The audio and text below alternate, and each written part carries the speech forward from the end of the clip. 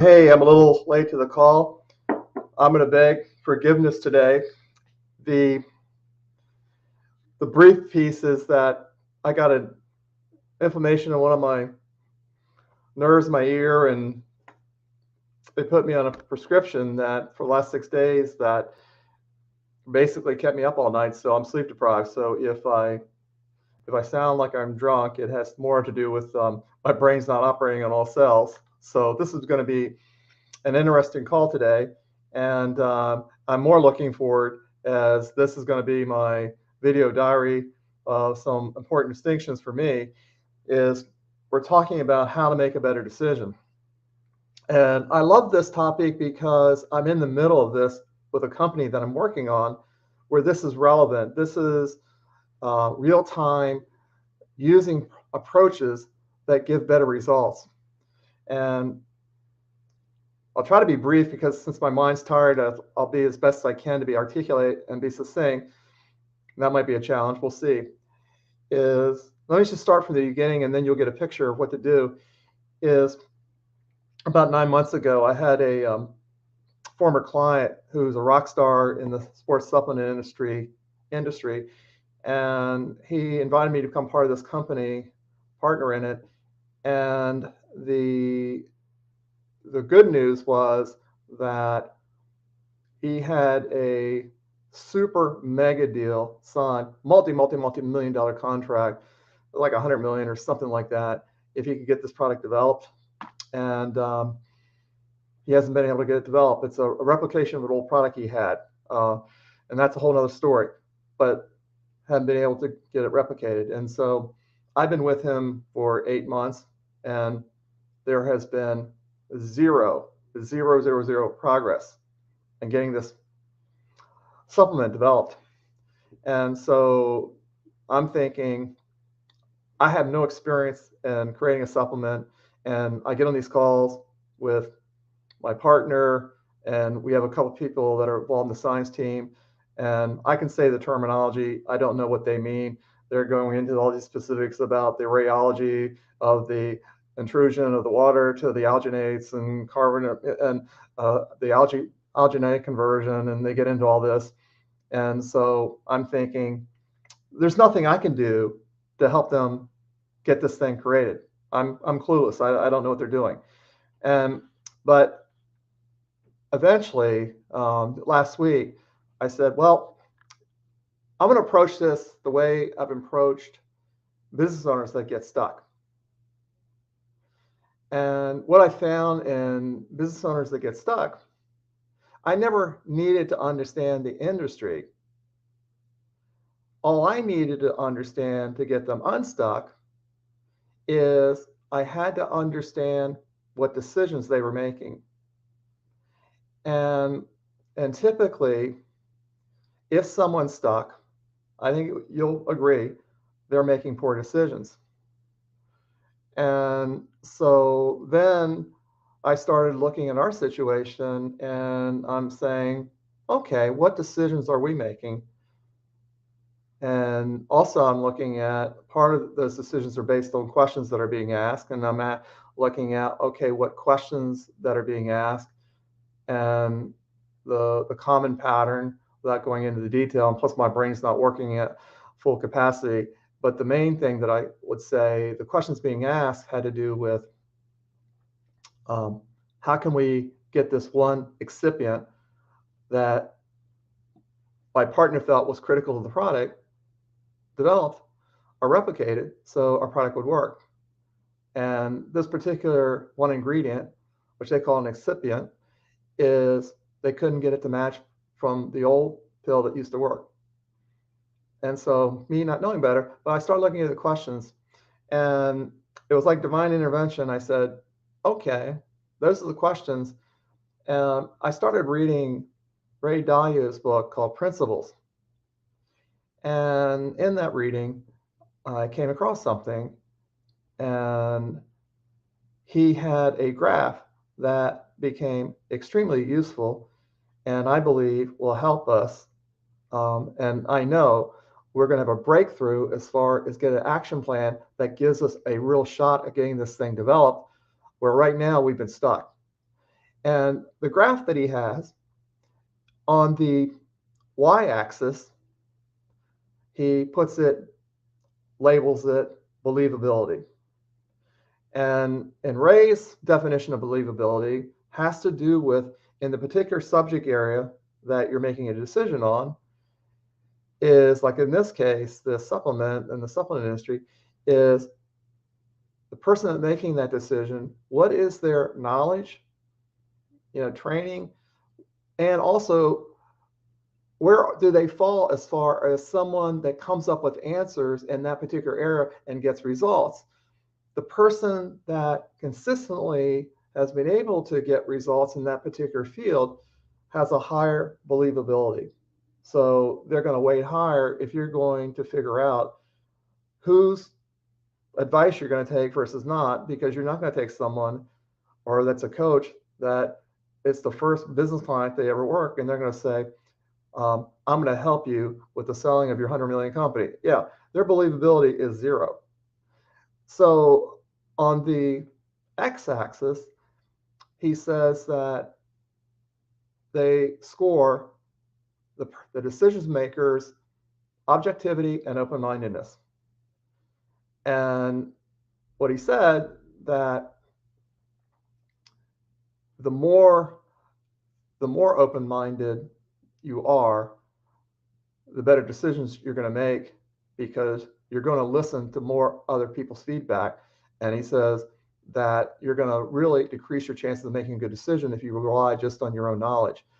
And what he was also saying, that he looked at people in his team, and he can have someone like in global investments that was an expert in that particular area, and they scored like a 9 on the y-axis, but as far as their objectivity, they might be, or open-mindedness, they might be a 2. They have a very strong opinion about this is always the way we need to go.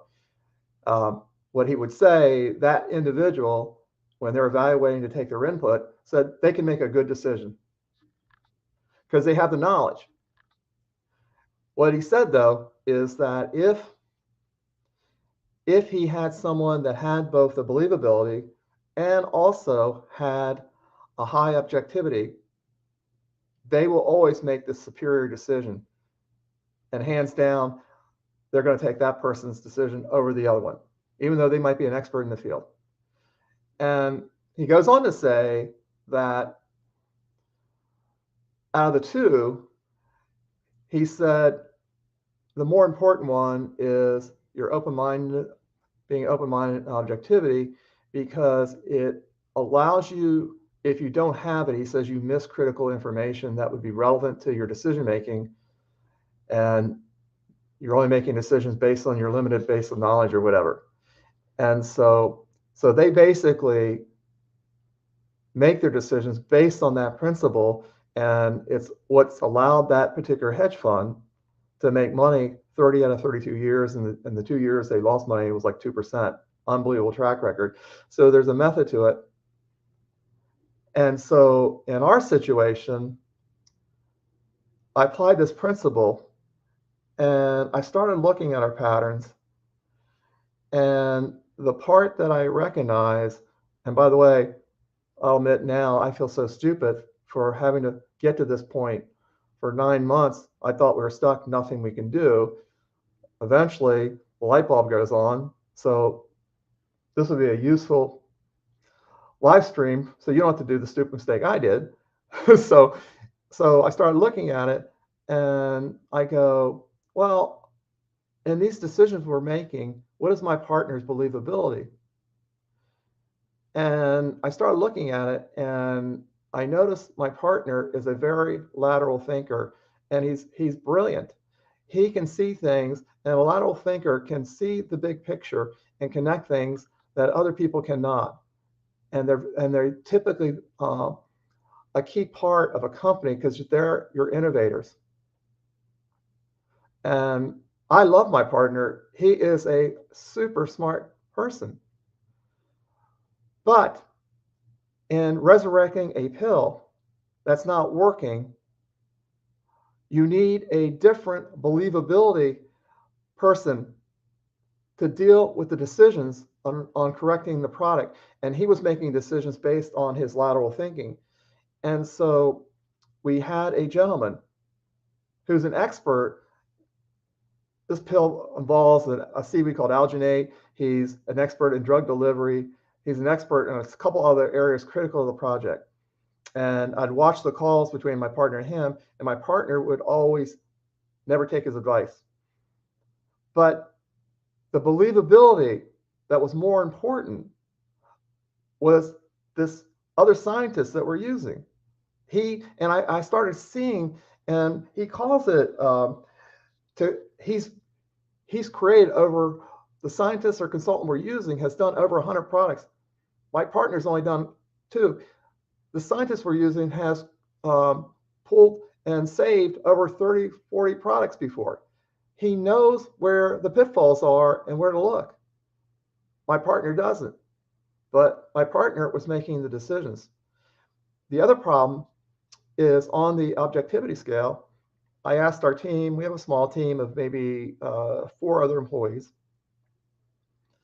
I said, rate, I'm not going to give the name, my partner's name, where is his objectivity? And they gave me the score, and it averaged out on a 10 scale. It was like a 3.5. Not good. Not good. And I thought about the consultant, where his objectivity was. He's about an 8. So then the question is, well, who needs to make the decision? Well, no question. And it's the reason we're stuck.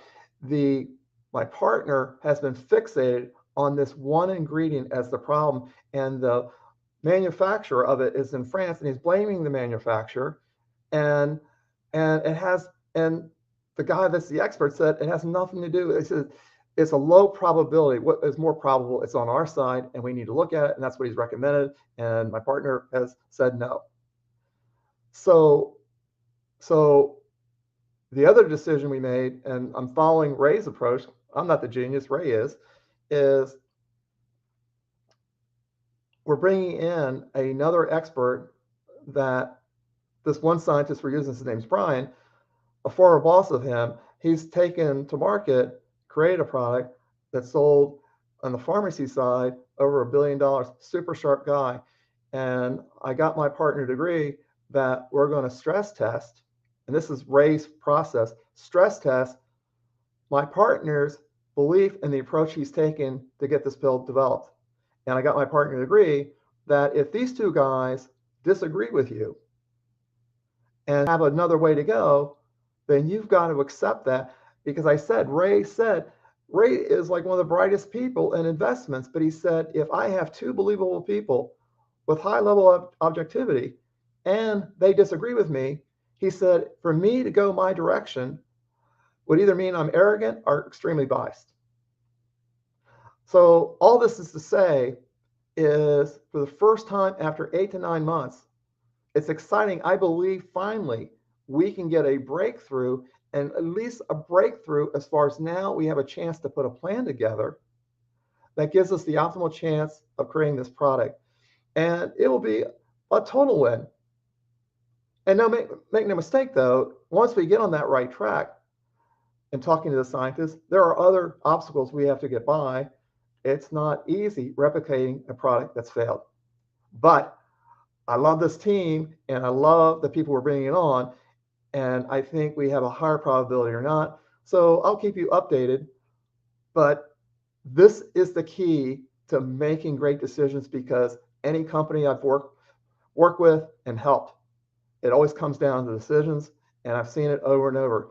Companies that fail make bad decisions. Companies that kick butt make great decisions.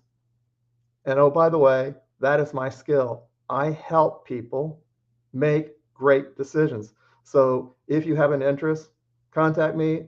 I'd love to work with you. Right now, I only have about 5 or 6 clients. I'm only looking for about 5 more.